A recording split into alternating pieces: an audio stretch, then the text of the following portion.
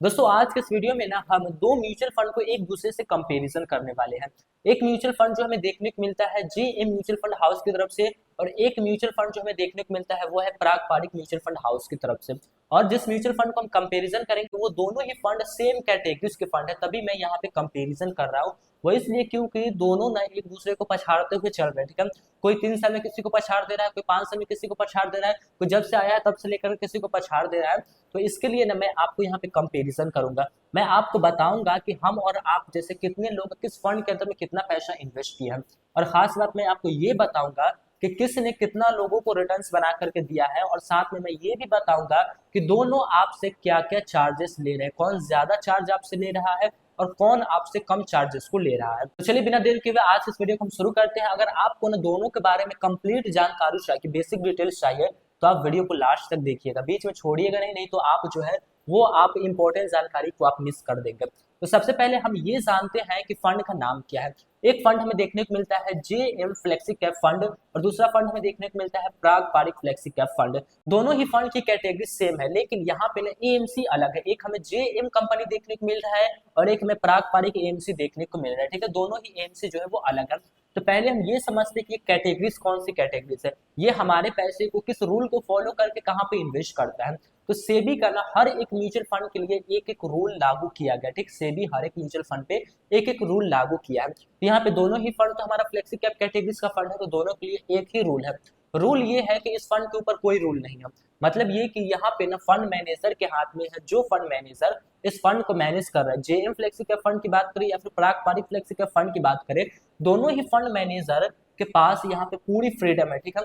वो चाहे ना तो इस पैसे को लार्ज कैप के अंदर में लगा सकते हैं, वो चाहे तो मिड कैप के अंदर में लगा सकते हैं, वो चाहे ना तो स्मॉल कैप के अंदर में लगा सकते हैं। इन तीनों कैटेगरीज के अंदर में, क्योंकि तीनों में कैप देखने को मिल रहा है, flexi cap, large cap, mid cap, small cap, सभी में कैप देखने को मिल रहा है। तो जहां जहां पे ना फंड मैनेजर को कैप देखने को मिल रहा है, उस कैप के अंदर में जितनी भी कंपनी है उन सभी कंपनी के अंदर में फंड मैनेजर पैसे को लगा सकता है। जहां पे उसे लगता है कि अच्छे रिजल्ट हमें मिलेंगे, थोड़ा सा रिस्क भी देखता है, और वो वहां पे अपने पैसे को इन्वेस्ट कर देता है। तो दोनों ने यहाँ पे सेम रूल को आपको फॉलो करने वाला है, दोनों सेम जगह पे ही आपके पैसे को इन्वेस्ट करता है। लेकिन फंड मैनेजर दोनों का अलग है। तो हो सकता है कि कोई फंड मैनेजर लार्ज कैप में ज्यादा इन्वेस्ट किया हो, तो यहाँ पे हो सकता है कि कोई फंड मैनेजर स्मॉल कैप में ज्यादा इन्वेस्ट किया हो, तो ये डिफरेंस हो सकता है, लेकिन फ्रीडम दोनों के पास है, ठीक है। तो चलिए अब मैं आपको बताता हूँ कि ये दोनों के पास इतनी फ्रीडम होने के बावजूद भी ये दोनों लोगों को कितना का रिटर्न्स बना करके दिया है। उससे पहले ना आप ये जानिए कि लोग किसके ऊपर कितना विश्वास कर रहे हैं। जैसे कि जेएम फ्लेक्सी कैप फंड है, इसके अंदर में लोगों ने कितना पैसा इन्वेस्ट किया है, या फिर पराग पारिक का जो फ्लेक्सी कैप फंड है इसके अंदर में लोगों ने कितना पैसा इन्वेस्ट किया है। तो यहाँ पे ना जेएम म्यूचुअल फंड के अंदर में जो लोगों ने पैसा इन्वेस्ट किया है वो है 4,228 करोड़ रुपए, ठीक है। लोगों ने इस फंड के अंदर में इन्वेस्ट किया है, जो कि जेएम का फ्लेक्सी कैप फंड है, ठीक है। वही अगर हम बात करें प्राग पारिक के फ्लेक्सी कैप फंड के बारे में, तो यहाँ पे ना 78,490 करोड़ रुपए जो है वो लोगों ने इन्वेस्ट किया है प्राग पारिक म्यूचुअल फंड के अंदर में। जेएम ने मात्र 4,228 करोड़ रुपए, और प्राग पारिक फ्लेक्सी कैप फंड के अंदर में 78,490 करोड़ रुपए। तो यहाँ पे ना आपको ना विश्वास का बहुत बड़ा डिफरेंस आपको देखने को मिल रहा है। लगभग लगभग आपको ना 19% का आपको डिफरेंस जो है वो यहाँ पे देखने को मिल रहा है। जेएम जो बहुत ही छोटा फंड को मैनेज कर रहा है, ठीक है, बहुत ही छोटा जो अमाउंट है उसको मैनेज कर रहा है, लेकिन पराग पारिक जो है उसके पास बहुत पैसा है। लोग, इसका मतलब ये होता है कि लोग ना वहां पे ज्यादा विश्वास कर रहे हैं। अब ऐसा नहीं है कि लोग विश्वास वहां पे जता रहे हैं तो अच्छा वही कर रहा होगा, ऐसा बिल्कुल नहीं है। आप परफॉर्मेंस देखिए, उसके बाद आप समझ पाएंगे कौन बेहतर कर रहा है, या फिर दोनों ही बेहतर कर रहा है, या फिर कौन आगे है कौन पीछे है, ठीक है। मैं ना आपको यहाँ पे ना पिछले 1 साल का रिटर्न्स बताता हूँ, ठीक है। दोनों ही फ्लेक्सी कैप कैटेगरी फंड है।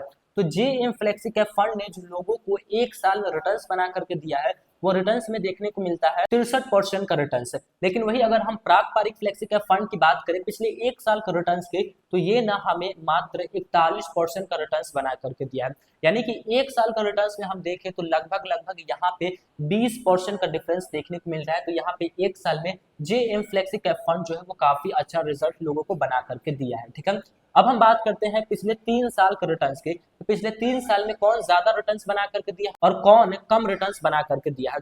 तो जेएम फ्लेक्सी कैप फंड की बात करें तो ये पिछले 3 साल में लोगों को जो रिटर्न्स बना करके दिया है वो रिटर्न्स है 29% का रिटर्न्स, ठीक है। पिछले 3 साल में जेएम ने 29% का एक एवरेज रिटर्न हमें निकाल करके दिया है। लेकिन वही अगर हम बात करें पारंपरिक फ्लेक्सी कैप फंड की, तो इसने पिछले 3 साल में लोगों को जो रिटर्न्स बना करके दिया है वो मात्र हमें 18% का रिटर्न्स बना करके दिया है। यानी कि 3 साल का रिटर्न्स में भी जेएम जो फ्लेक्सी कैप फंड है वही आगे हमें देखने को मिलता है। लगभग यहाँ पे ना हमें 11% का डिफरेंस जो है वो देखने को मिलता है। अब हम बात करते हैं पिछले 5 साल का रिटर्न्स की, ठीक है, कि 5 साल का रिटर्न्स में कौन कितना रिटर्न्स बना करके दिया है। तो जेएम फ्लेक्सी कैप फंड की बात करें तो ये पिछले 5 साल में लोगों को जो रिटर्न्स बना करके दिया है वो रिटर्न्स हमें देखने को मिलता है 27% का रिटर्न्स, ठीक है। 5 साल का एक एवरेज रिटर्न्स जो निकाला गया है वो 27% का रिटर्न्स है जेएम फ्लेक्सी कैप फंड का। लेकिन वही अगर हम बात करें पारंपरिक फ्लेक्सी कैप फंड की, तो यहाँ पे भी ना 5 साल का जो एवरेज रिटर्न्स हमें देखने को मिलता है वो भी हमें 27% का देखने को मिल रहा है। यानी कि 5 साल के अगर हम डाटा को देखें, यानी कि 5 साल जेएम फ्लेक्सी कैप फंड को पहले से देखें और 5 साल पहले से अगर हम पारंपरिक फ्लेक्सी कैप फंड को देखें, तो दोनों 5 साल से लेकर के अब तक लोगों को एक एवरेज रिटर्न से 27% का बना करके दिया है। तो यहाँ पे दोनों को पॉइंट मिलता है, ठीक है। वही अगर हम बात करते हैं ऑल ओवर रिटर्न्स की, कि जब से ये दोनों फंड आया है तब से लेकर के लोगों को अब तक कितना रिटर्न्स बना करके दिया है, मैं अभी ही आपको बता दूं कि जब दोनों दोनों फंड हम कंपैरिजन कर रहे हैं, दोनों फंड को ना सेम ईयर के अंदर में लॉन्च किया गया, ठीक है। जैसे अभी 2024 चल रहा है, वैसे ही मान लीजिए कि 2013 चल रहा था, उस वक्त जो है वो दोनों कैटेगरीज को, दोनों म्यूचुअल फंड हाउस अपना फ्लेक्सी कैप फंड को लॉन्च किया था। उस वक्त से लेकर के अब तक कौन लोगों को कितना का रिटर्न्स बना करके दिया है। तो यहाँ पे ना ये चीज हम देखते हैं, ऑल ओवर रिटर्न्स जब हम देखते हैं तब हमें ये आंकड़ा लगाना चाहिए कि कौन अच्छा किया है कौन बुरा किया है, ठीक है। तो all over returns JM flexi cap fund ने जो लोगों को बना करके दिया है वो मात्र 20% का रिटर्न्स बना करके दिया है, ऑल ओवर रिटर्न्स, ठीक है। वही अगर हम बात करें पारंपरिक फ्लेक्सी कैप फंड की, तो इसने जो लोगों को रिटर्न्स बना करके दिया है वो है 21% का ऑल ओवर रिटर्न्स।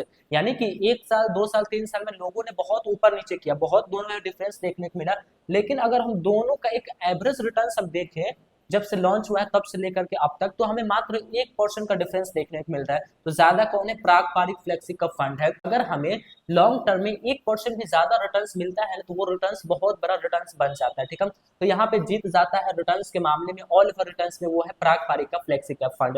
लेकिन अगर आप शॉर्ट टर्म में देखेंगे तो यहाँ पे जेएम फ्लेक्सी कैप फंड बहुत अच्छा परफॉर्म किया है। लेकिन हम म्यूचुअल फंड में इन्वेस्ट करते हैं शॉर्ट टर्म के लिए नहीं, लॉन्ग टर्म के लिए अपने पैसे को इन्वेस्ट करते हैं। तो मैंने आपके सामने बता दिया, आप खुद ही डिसाइड कीजिए कौन बेहतर किया है कौन बुरा किया है, ठीक है। ये हो गया परफॉर्मेंस। अब हम बात करते हैं कि दोनों हमें इतना रिटर्न्स बनाकर देने के लिए कौन हमसे कितना एक्सपेंस रेशियो ले रहा है, ठीक है। ये चीज देखना जरूरी है। तो जेएम फ्लेक्सी कैप फंड का जो एक्सपेंस रेशियो हमें देखने को मिलता है वो है 0.40%, ठीक है। वही अगर हम पारंपरिक फ्लेक्सी कैप फंड के एक्सपेंस रेशियो की बात करें तो यहाँ पे 0.63% जो हमसे एक्सपेंस रेशियो लिया जा रहा है। लेकिन मतलब ये कि यहाँ पे जेएम फ्लेक्सी कैप फंड जो है वो हमसे बहुत ही कम एक्सपेंस रेशियो ले रहा है। तो एक्सपेंस रेशियो के मामले में जेएम फ्लेक्सी कैप फंड जो है वो काफी बेहतर फंड होगा, ठीक है। और पारंपरिक का जो फ्लेक्सी कैप फंड है वो हमसे ज्यादा एक्सपेंस रेशियो ले रहा है, तो वो सेकंड नंबर पे आ जाता है, ठीक है। ये हो गया हमारा एक्सपेंस रेशियो। अब हम देखते हैं एग्जिट लोड के बारे में। यहाँ पे ना एग्जिट लोड में ना बहुत ही जमीन आसमान का आपको फर्क देखने को मिलेगा। जेएम फ्लेक्सी कैप फंड के अंदर में जो हमें एक्सपेंस रेशियो का टाइम पीरियड देखने को मिला है वो है मात्र 30 दिनों का, कि अगर आप पैसे इन्वेस्ट करते हैं और आप उसी पैसे को 30 दिन के अंदर में निकाल लेंगे तो आपको ना 1% का एग्जिट लोड लगेगा। लेकिन वही अगर आप 30 दिन के बाद उस पैसे को विड्रॉवल करेंगे तो आपको कोई एग्जिट लोड नहीं लगेगा। ये रूल हो गया जेएम फ्लेक्सी कैप फंड के लिए, ठीक है। अगर हम बात करें पारंपरिक फ्लेक्सी कैप फंड की, तो यहाँ पे ना एग्जिट लोड इतना ज्यादा है और टाइम इतना ज्यादा है कि आप सोच भी नहीं सकते। यहाँ पे ना जो हमें टाइम पीरियड देखने को मिलता है वो है 730 दिनों का टाइम पीरियड देखने को मिलता है। यानी कि 2 साल का यहाँ पे है, कहाँ पे हमें 30 दिनों का ही मात्र जेएम फ्लेक्सी कैप फंड में मिल रहा है। लेकिन पारंपरिक फ्लेक्सी कैप फंड के अंदर में ना हमें 2 साल का देखने को मिल रहा है, और 2 साल में भी चेंजेस है। पहले साल में ना आपको, यानी कि जब आप इन्वेस्ट करेंगे उससे लेकर के 365 दिन का जो पारंपरिक में है, अगर आप उस 365 दिन के बीच में पैसा विड्रॉवल करेंगे तो 2% का एग्जिट लोड है, ठीक है। और 365 दिन के बाद से लेकर के आप 730 दिन के बीच में करेंगे तो 1% का एग्जिट लोड है। यानी कि ना एग्जिट लोड के मामले में पारंपरिक फ्लेक्सी कैप फंड जो है वो काफी बुरा है, ठीक है। लेकिन दोस्तों इसका मतलब ये नहीं है कि ये चीज बुरा हो गया। एक ये भी चीज होती है कि एग्जिट लोड जो है ना एक इन्वेस्टर्स को रोक करके रखता है। एक लंबे समय तक के लिए ना वो रोक करके रखता है ताकि वहां से लोग पैसे को जल्दी विड्रॉवल ना करें। 2% के एग्जिट लोड की वजह से लोग ये हो सकता है कि वहां पे रुक सकते हैं। लेकिन दोस्तों मेरा काम है आपके सामने में बताना, अगर आप शॉर्ट टर्म के लिए इन्वेस्टमेंट कर रहे हैं, ठीक है, तो आपके लिए ना जेएम फ्लेक्सी कैप फंड जो है काफी बेहतर है। अगर आप लॉन्ग टर्म के लिए जाएंगे तो उधर पराग पारिक की तरफ भी आप जा सकते हैं, कोई दिक्कत नहीं है। लेकिन जब भी आप इन्वेस्ट कीजिए तो आप लंबे समय के लिए इन्वेस्टमेंट कीजिए, ठीक है। तो एग्जिट लोड भी मैं आपके सामने में क्लियर कर दिया हूं। अब मैं बताता हूं कि कितने पैसे से आप किसमें इन्वेस्ट कर सकते हैं और किसमें आप नहीं इन्वेस्ट कर सकते हैं। जेएम फ्लेक्सी कैप कैटेगरीज की अगर हम बात करें तो यहाँ पे अगर आप एसआईपी के माध्यम से अपने पैसे को इन्वेस्ट करना चाहेंगे तो मिनिमम अमाउंट 100 रुपए है, ठीक है। लेकिन वही अगर आप लमसम की तरफ जाएंगे तो यहाँ पे मिनिमम अमाउंट जो है वो 1000 रुपए है। तो 100 रुपए से आप एसआईपी की शुरुआत कर सकते हैं और 1000 रुपए से आप जेएम फ्लेक्सी कैप फंड के अंदर में लमसम की शुरुआत कर सकते हैं, ठीक है। लेकिन वही अगर आप पराग पारिक की तरफ जाना चाहेंगे तो यहाँ पे ना एसआईपी के लिए और लमसम के लिए सेम मिनिमम अमाउंट रखा गया है, वो है 1000 रुपए, ठीक है। तो अपने हिसाब से आप जाइए, किसी के पास हो सकता है कि 1000 रुपए की कोई एसआईपी ना कर सके तो वो जेएम फ्लेक्सी कैप फंड की तरफ जा सकता है, क्योंकि यहाँ पे ना एग्जिट लोड भी कम है, एक्सपेंस रेशियो भी कम है और रिटर्न्स भी लगभग लगभग सेम हमें देखने को मिल रहा है, ठीक है। और इधर आप जाना चाहें तो पराग पारिक फ्लेक्सी कैप फंड की तरफ भी आप जा सकते हैं। ये ना आपको एक कंसिस्टेंसी रिटर्न्स जो है वो आपको बना करके दे रहा है पराग पारिक फ्लेक्सी कैप फंड, ठीक है। लेकिन यहाँ पे जो जेएम फ्लेक्सी कैप फंड है ना, ये आपको बहुत देखा जाए तो ये रिस्क ज्यादा ले रहा है, तभी ना आपको किसी साल में अच्छे रिटर्न्स बना करके दे रहा है, किसी साल में कम रिटर्न्स बना करके दे रहा है। पराग पारिक फ्लेक्सी कैप फंड को देखें तो ये हमें एक कंसिस्टेंसी रिटर्न्स बना करके दे रहा है। तो आप दोनों फंड्स आपके सामने में, आप किधर इन्वेस्ट करने वाले हैं ये आप कमेंट बॉक्स में जरूर बताइए। दोनों ही फंड्स बेहतर है, लेकिन दोनों ही कोई भी सजेशनल नहीं है। आप चाहे तो अपने रिस्क को देख करके दोनों फंड्स के अंदर में इन्वेस्ट कर सकते हैं, क्योंकि सारा जो भी डोर है वो फंड मैनेजर के हाथ में है। तो मैं आशा करता हूं कि आपको ये कंपैरिजन वीडियोस काफी अच्छी लगी होगी। दोस्तों ये वीडियोस अच्छी लगी है तो वीडियो को लाइक कीजिए और हमारे इस चैनल को वारिस द फ्रेंड्स को सब्सक्राइब कीजिए, ताकि इस तरीके की वीडियोस जो है वो आपको मिलती रहे। फिर मिलेंगे दोस्तों एक नए वीडियो में, तब तक के लिए जय हिंद जय भारत।